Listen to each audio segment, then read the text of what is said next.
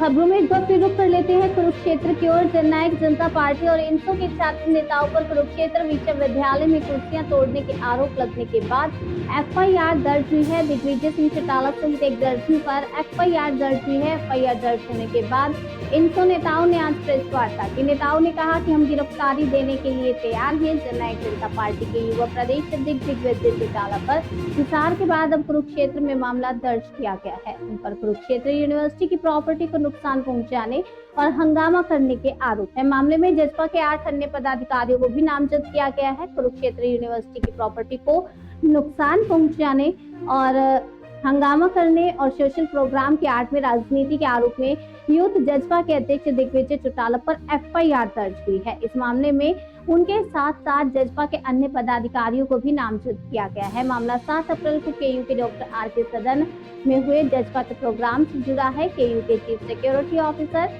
आनंद कुमार की शिकायत पर कार्रवाई हुई है। पीएसओ की ओर से 17 अप्रैल को थाना केयू के अंतर्गत आने वाली 3rd गेट चौकी पुलिस को शिकायत दी गई थी। इस कार्रवाई से पहले केयू प्रशासन की ओर से अपने हिंदी डिपार्टमेंट के असिस्टेंट प्रोफेसर अजायब सिंह को सस्पेंड किया गया था। पहले तो आप सभी पत्रकार बंधुओं का मैं धन्यवाद करता हूं कि आप सभी यहां पर पहुंचे। मैं सभी अपनी पार्टी की तरफ से और अपने लीडर साहबान की तरफ से आपका धन्यवाद करता हूं। आज का जो मामला है आप सभी को जानकारी है उसके बारे में कि हमने एक कार्यक्रम किया था 7 तारीख को कुरुक्षेत्र विश्वविद्यालय में हमारे सभी इंसो के कार्यकर्ताओं ने और हमारे पार्टी के जेजेपी युवा विंग के प्रदेश अध्यक्ष दिग्विजय सिंह चौटाला जी उस कार्यक्रम में पहुंचे थे। आप सभी भी उस कार्यक्रम में उपस्थित थे और आप सभी ने उस कार्यक्रम को कवर भी किया था।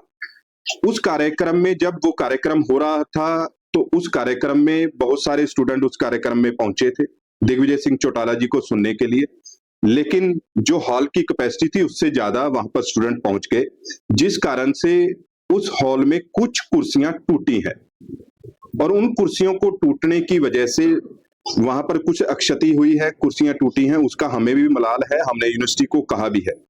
उस यूनिवर्सिटी कार्यक्रम को करने के लिए हमने बकायदा यूनिवर्सिटी से परमिशन ली और उस यूनिवर्सिटी ऑडिटोरियम का हमने रेंट पे किया, उसकी सिक्योरिटी दी और जो कुर्सियां टूटी हैं उस कुर्सियों की टूटने की एवज में हमने यूनिवर्सिटी प्रशासन को, वाइस चांसलर को ये एक दरखास्त दी थी कि ये जो कुर्सियां टूटी हैं इसका हर्जाना भरने के लिए हम तैयार हैं। और उसके लिए यूनिवर्सिटी प्रशासन कहीं ना कहीं राजी भी हो गया था और हमें यूनिवर्सिटी ने कहा था कि आप इसकी जो नुकसान हुआ है उसका नुकसान की भरपाई कर दे, हमें उसमें कोई भी दिक्कतदारी नहीं। एक बात मैं क्लियर कर देना चाहता हूं, कुरुक्षेत्र विश्वविद्यालय हमारी यहाँ की धरोहर है और हमारा प्रत्येक जो कुरुक्षेत्रवासी नहीं बल्कि पूरा हरियाणा और हम कुरुक्षेत्र के लोग खास करके कुरुक्षेत्र विश्वविद्यालय की अगर एक ईंट भी टूटती है तो हमें उस ईंट टूटने का दर्द होता है। और ये तो मामला ऑडिटोरियम की कुर्सियों का था और वहां पर ज्यादा बच्चों की आने की वजह से वो कुर्सियों को नुकसान हुआ। इसका हम भी खेद प्रकट करते हैं कि ये मामला नहीं होना चाहिए था, लेकिन अगर ये मामला हो गया है, कार्यक्रम होते हैं, कितने कार्यक्रमों में आप जाते हैं, कई बार नुकसान हो जाता है, तो उस नुकसान की एवज में हमने विश्वविद्यालय प्रशासन से ये रखा था कि हम इसको ठीक करवाते हैं और यूनिवर्सिटी प्रशासन ने कह भी दिया था। आज ये 7 तारीख का मामला था और आज साहब 19 तारीख हो गई है और 17 तारीख को ये आपके सामने आज ही हमें एफआईआर की कॉपी ये हमारे को उपलब्ध हुई। तो ये मामला क्या बनता है, हमें तो ये कहीं ना कहीं संदेह नहीं, मैं तो एक बात पक्की बात कह सकता हूं कि 2 दिन पहले हिसार में ये घटनाक्रम हुआ।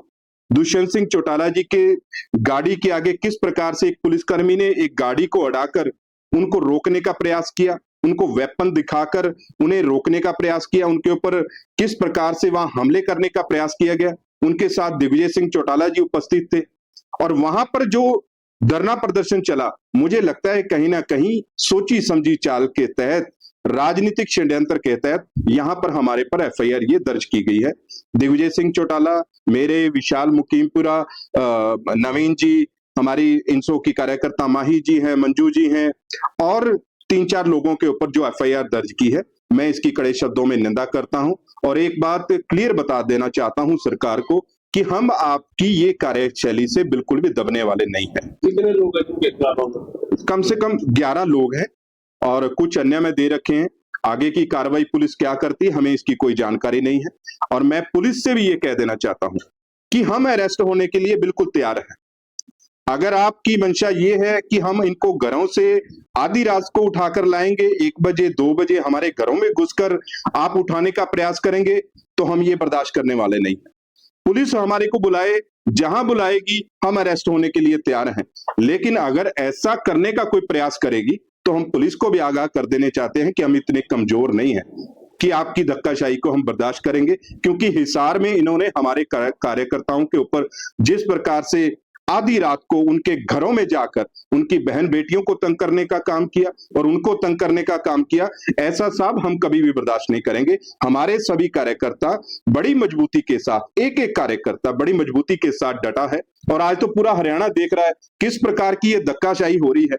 ये सोचते हैं कि हम आरएसएस की शाखाएं कुरुक्षेत्र विश्वविद्यालय में निरंतर लगा सकते हैं। इनकी लगातार इन्होंने अनेक विश्वविद्यालयों में, शिक्षण संस्थानों में जिस प्रकार से आरएसएस की शाखाएं लगाते हैं और वहां पर बच्चों का ब्रेन वॉश करते हैं, ये हम बर्दाश्त करने वाले नहीं हैं। हम बोलते हैं तो इनको दिक्कत होती है। और अब तो मैं बिल्कुल क्लियर कट कर देना चाहता हूं, अब आप आरएसएस की शाखाएं विश्वविद्यालय या अन्य शिक्षण संस्थानों में लगाने का काम करोगे तो हम डटकर विरोध करेंगे इस बात का। आपकी शाखाएं हम किसी भी विश्वविद्यालय और शिक्षण संस्थान में बिल्कुल भी नहीं लगने देंगे।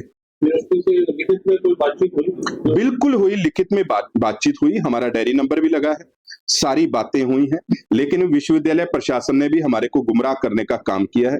ये विश्वविद्यालय प्रशासन जानता है कि हम कितने अनुशासन में रहकर हमने निरंतर कार्यक्रम किए हैं। अनुशासन में हम रहते हैं, हम पढ़े हैं, आगे हमारे बच्चों ने भी पढ़ना है। विश्वविद्यालय तो हमारी धरोहर है, हम कैसे सोच सकते हैं कि इसका नुकसान हो। कहीं ना कहीं हमें यह भी बू आती है कि इतनी कुर्सियां, जैसे ये 100-150 कुर्सियां कह रहे हैं, कैसे टूट सकती हैं 100-150 कुर्सियां? 300 कुर्सी तो सारी हैं। मुझे तो ये लगता है कि विश्वविद्यालय प्रशासन ने, और आप जाकर देखना किस प्रकार से कुर्सियां वो टूटी हुई है। ऐसे भी कभी कुर्सियां टूटती हैं? मुझे तो लगता है कि ये खुद हथौड़ा लेकर वहां पर पहुंच गए और कुर्सियां तोड़ दी। हमारे पास आपका नशे के प्रति जागरूक करने का आपने सिंगर बुलाए वहां पर, वो ये कह रहे हैं नशे के प्रति आप लोग तो नशे के प्रति क्या नहीं, तो सिंगर क्या हो गया फिर? सिंगर बुलाना गुनाह हो गया साहब? नहीं, वो भी है सर कि जो प्रोग्राम था नशे के विरुद्ध, उसके बारे में ना नशा करो ना वार करो, करना है अगर तो करो, करते प्यार रहो, ये भी तो एक सिंगर ने गाया है। तो सिंगर बुला लिया तो क्या गुनाह आ गया? सिंगर भी तो नशे के खिलाफ ही वहां पर आया था। सिंगरों को सुनने के लिए बच्चे आते हैं, जितना सिंगरों को देखते हैं और बोलते हैं उनकी बात भी मानते हैं, तो ये क्या गलत बात है साहब? सिंगर कोई वहां पर गलत बात कहकर क्या मुझे बताओ? सब समझौते की आपने बात को लिखित समझौता है? बिल्कुल लिखित समझौता, बिल्कुल साहब। ये देखो, ये हमने पत्र दे रखा है, अजैब सिंह जी की तरफ से ये पत्र गया हुआ है और इन्होंने वहां पर डायरी नंबर डिस्पैच भी किया हुआ है।